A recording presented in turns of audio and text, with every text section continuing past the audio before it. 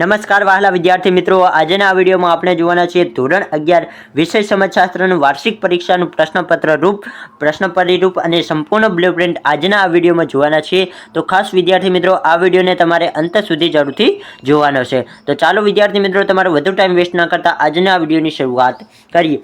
સૌપ્રથમ પ્રશ્નના પ્રકાર અને તેના ગુણભાર જોઈએ, પરંતુ વિદ્યાર્થી મિત્રો સરકાર દ્વારા અહીં મોટી ભૂલ કરવામાં આવી છે, જે તમે અહીં જોઈ શકો છો। 24 ગુણના તમને વિકલ્પો પૂછવામાં નથી આવતા।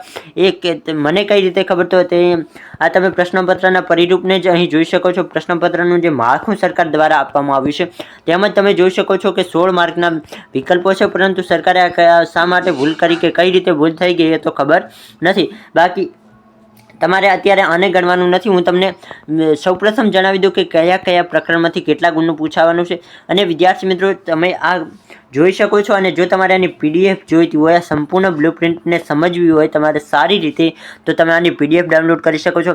આ વિડીયોના ડિસ્ક્રિપ્શન બોક્સમાં હું તમને લિંક આપી દઈશ, ત્યાંથી તમે સંપૂર્ણ આ બ્લુપ્રિન્ટ અને પ્રશ્નપત્રના પરિરૂપને ડાઉનલોડ કરી શકશો। તો હવે સમજીએ કે તમારે કયા પ્રકરણ પાકા કરવા જેનાથી તમારે વધુ ગણ આવી શકે।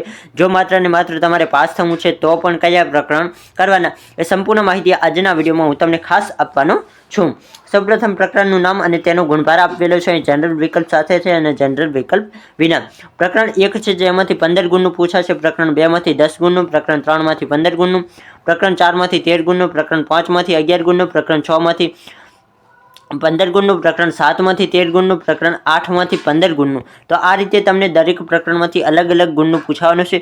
જે વિદ્યાર્થીઓને માત્ર પાસ થવું છે તો એમને કયા પ્રકરણ કરે તો તેમને વધુ માર્ક આવી શકે, અને માત્ર પાસ થવું હોય તો એ વિદ્યાર્થીઓને પણ હું તમને ખાસ જણાવી દઉં કે તમારે 80 ગુણનું પેપર હોય તો માત્ર તમે 26 ગુણ લાવો ને તો તમે એટસથી પાસ થઈ જાઓ। એટલે કે 26 ગુણે તમે પાસ હોય તો તમારે કયા પ્રકરણ કરવાના રહે, તો કે પ્રકરણ પહેલું, પ્રકરણ ત્રીજું અને બીજું પ્રકરણ છે છઠ્ઠું। તો કે પહેલું, ત્રીજું અને છઠ્ઠું। કયું પ્રકરણ? પહેલું, ત્રીજું અને છઠ્ઠું પ્રકરણ। આ 3 પ્રકરણને તમારે સારી રીતે પાકા કરી દેવાના છે। તો તમે માત્ર પાસ નહીં થો, તમે 45 જેટલા ગુણ લાવી શકો છો માત્ર આ 3 પ્રકરણ કરો તો। કારણ કે આ પ્રકરણ જે પહેલું, ત્રીજું અને છઠ્ઠું પ્રકરણ છે તેમાંથી 15 ગુણનું પૂછવાનું છે। તો એ તમે 3 પ્રકરણ પણ સારી રીતે કરો તો પણ તમારા સારા એવા ગુણ, એટલે કે 45 જેટલા ગુણ આવી શકે। આપણે 45 નહીં તો જે વિદ્યાર્થીને પાસ થવું એમને 40 ગુણ આવે તો પણ ખૂબ થઈ ગયા કહેવાય।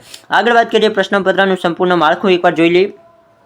તો કે વિભાગીયમાં કેટલા ગુણનું પૂછાશે, તો વિભાગીયમાં 16 ગુણના 16 વિકલ્પો તમને જોવા મળશે। વિભાગ 2 ની વાત કરીએ તો એક વાક્યના પ્રશ્નો તમને વિભાગ 2 માં જોવા મળશે, જે 8 ગુણના 8 પ્રશ્નો એક વાક્યના હશે, જેના તમને 1 ગુણ આપવામાં આવશે। વિભાગ C ની વાત કરીએ તો તેમાં તમને દરેક પ્રશ્નના 2 ગુણ આપવામાં આવશે, અને 20 ગુણ તમને વિભાગ C નું ટોટલ વિભાગ C કેટલા હશે, તો કે 20 ગુણનો।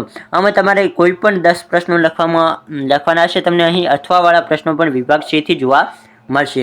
વિભાગ D ની વાત કરીએ તો વિભાગ D માં તમને 7 પ્રશ્નો લખવાના છે, અને દરેક પ્રશ્નના 3 ગુણ, એટલે કે 21 ગુણનો વિભાગ D બની જશે।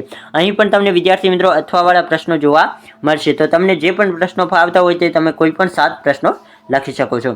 વિભાગ E ની વાત કરીએ તો વિભાગ E માં તમારે 15 ગુણનો વિભાગ E તમને જોવા મળશે, જેમાં તમને દરેક પ્રશ્ન 5 ગુણનો હશે, અને તમને કોઈ પણ 3 પ્રશ્નો તમારે લખવાના હશે।